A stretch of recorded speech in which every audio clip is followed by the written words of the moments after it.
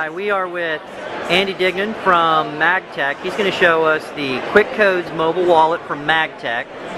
That right there is the iPhone, and you see it's got a little dongle attached to it. And Andy, why don't you walk us through this? This is a P2P application, which is something we haven't seen before. Okay, so this is QwickCodes mobile wallet. What QwickCodes mobile wallet allows is for consumers to protect their personally identifiable information by taking their existing magnetic stripe cards that they may have in their wallet, by using this application called QwickCodes Mobile Wallet that they can download onto their iPhone, their iPad, their iPod Touch, Android phones, Blackberries. They can connect up what we call a MagsaFe reader. This device happens to be for an iPhone 4, but I could easily disconnect the reader and put a different adapter sleeve on, and just as easily connect this same reader up to an iPad or an iPod Touch, so I can have one universal reader for all my Apple devices. Okay. If I were using a Blackberry or an Android, I'd be using a Bluetooth connectivity, so the reader would not actually attach to the device, but it would be wireless Bluetooth between the actual MagsaFe reader and the mobile platform.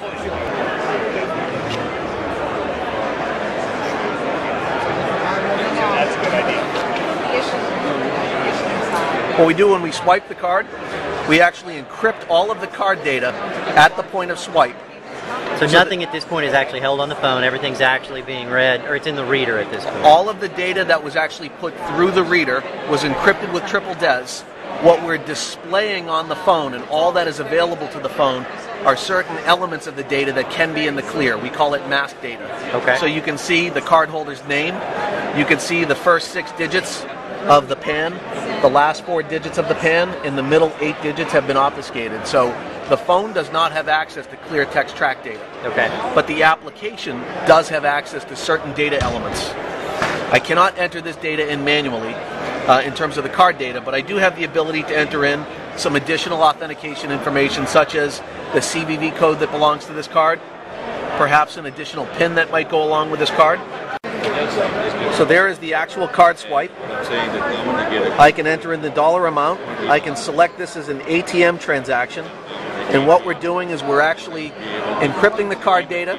We're sending it off where we are authenticating the actual card itself to make sure it was not a counterfeit copy card. Once we authenticate the card itself and the payment details, we actually tokenize that information and we return a quick code down to the mobile wallet. So this quick code is an 8-digit numeric value. It's represented as a barcode. We have the ability to scan this with a barcode scanner, perhaps bump it for a P2P application. You could type this information into an ATM machine or a point-of-sale terminal, or you could even tap it if you have NFC capabilities.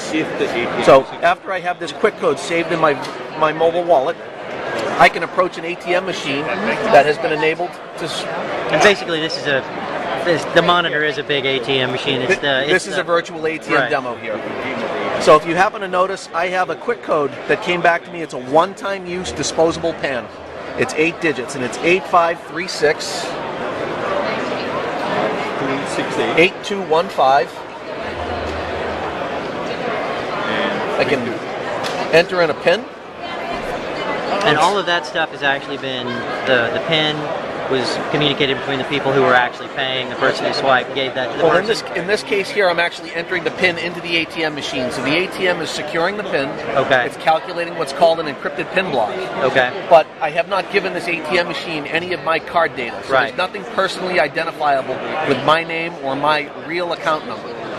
But I've given it the quick code, and I can go through a transaction at the ATM. And as you can see, after it's gone out for authorization, the ATM has come back with my name that was associated with that quick code, and it's approved the transaction for the dollar amount that I selected. What I was able to do here in this demonstration was to conduct a transaction at an ATM without giving that ATM anything that is personally identifiable to my name and my account number. Yet, we were able to use this information to conduct a transaction that could be authenticated back to me as well as my card swipe and my credentials. So that is the QwickCodes mobile wallet. These same quick codes can be stored. They can be given to friends and family or anyone that you would want access to your transaction, if you would. they could go online, they could go to a brick and mortar, and they could provide similar information. And when that transaction would be sent for authorization, the merchant would actually have card data inserted into the authorization message without the merchant location having access to the card data. Excellent.